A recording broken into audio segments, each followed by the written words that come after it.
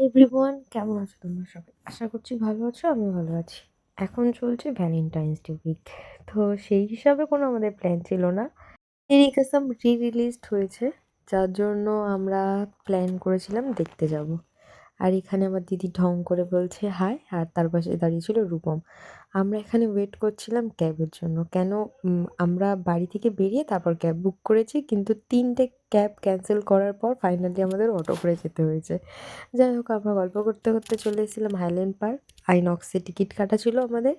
আমরা ৩জন ছিলাম না, আমাদের সাথে আরও ২জন ছিল যাদের সাথে এক্ষুনি আমাদের দেখা হবে।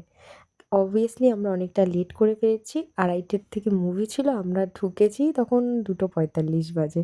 15 মিনিটস লেট। আর এখানে দেখো ভ্যালেন্টাইন্স ডের জন্য কি সুন্দর সাজিয়েছে, হার্ট বেলুনস, টেডি সব কিছু দিয়ে। তারপর আমরা এখানে চেকিং করে চলে যাচ্ছিলাম ভেতরে। এখানে আমরা গিয়ে হলে দেখলাম মুভি অর্ধেক স্টার্ট হয়ে গেছে। আর সত্যি কথা বলতে অনেক দিন পর আজকে মুভি দেখতে এসেছি। আর সনম তেরি কসম মুভিটা আমার মানে দেখলেই কেন জানি না কান্না পায়। আমি বইটা কোনোদিন না বাড়িতে দেখলেও পুরোটা দেখতাম না। আর হলে গিয়ে তো মানে লাস্ট সিনটা তোমরা দেখলে বুঝতেই পারবে আমাদের কি হয়েছিল। তো এখানে ওরা দুজন মিলে দেখলাম বসে বসে গল্প করছে। তারপর ইন্টারভেল হলো, তখন আমরা একটু বাইরে গেছিলাম স্ন্যাক্স নিতে। পপকর্ন আর নাচোস নিয়েছিলাম, কেন আমাদের খিদেও পেয়ে গেছিলো একটুখানি। যেহেতু ৩ ঘন্টা বসে মুভি দেখতে হবে, খিদে তো পারবেই। আর চুপচাপ বসে থাকতে তো মারাত্মক লেভেলের বোর হই আমরা। আর আমার দিদি অলরেডি খেতে শুরুও করে দিয়েছিল। তারপর ইন্টারভেল শেষ হলো, আমরা ঢুকলাম হলে, দেখলাম মুভি তখন হয়ে গেছে। যাই হোক, এখানে আমরা বসে বসে মুভিটার পুরো ফিল নিচ্ছিলাম। সত্যি বলতে সনম তেরি কসম 2টার জন্য আমরা সবাই ওয়েট করছি কবে রিলিজ হবে। আর এই হর্ষবর্ধন রানিকে তো আমার মারাত্মক লেভেলের লাগে।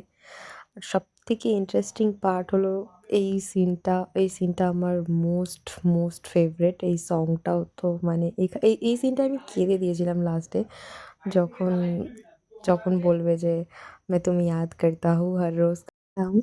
তো এখানে মুভি শেষ হয়েছে, সবাই ম্যাক্স টু ম্যাক্স কেঁদে দিয়েছে হলের মধ্যে যারা ছিল। আমার দিদিও ইনফ্যাক্ট কেঁদে দিয়েছে। তো তারপর আমরা চলে যাচ্ছিলাম নিচে।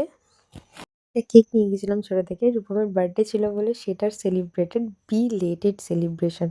প্রায় ২ মাস পর সেলিব্রেশন করেছি আমরা।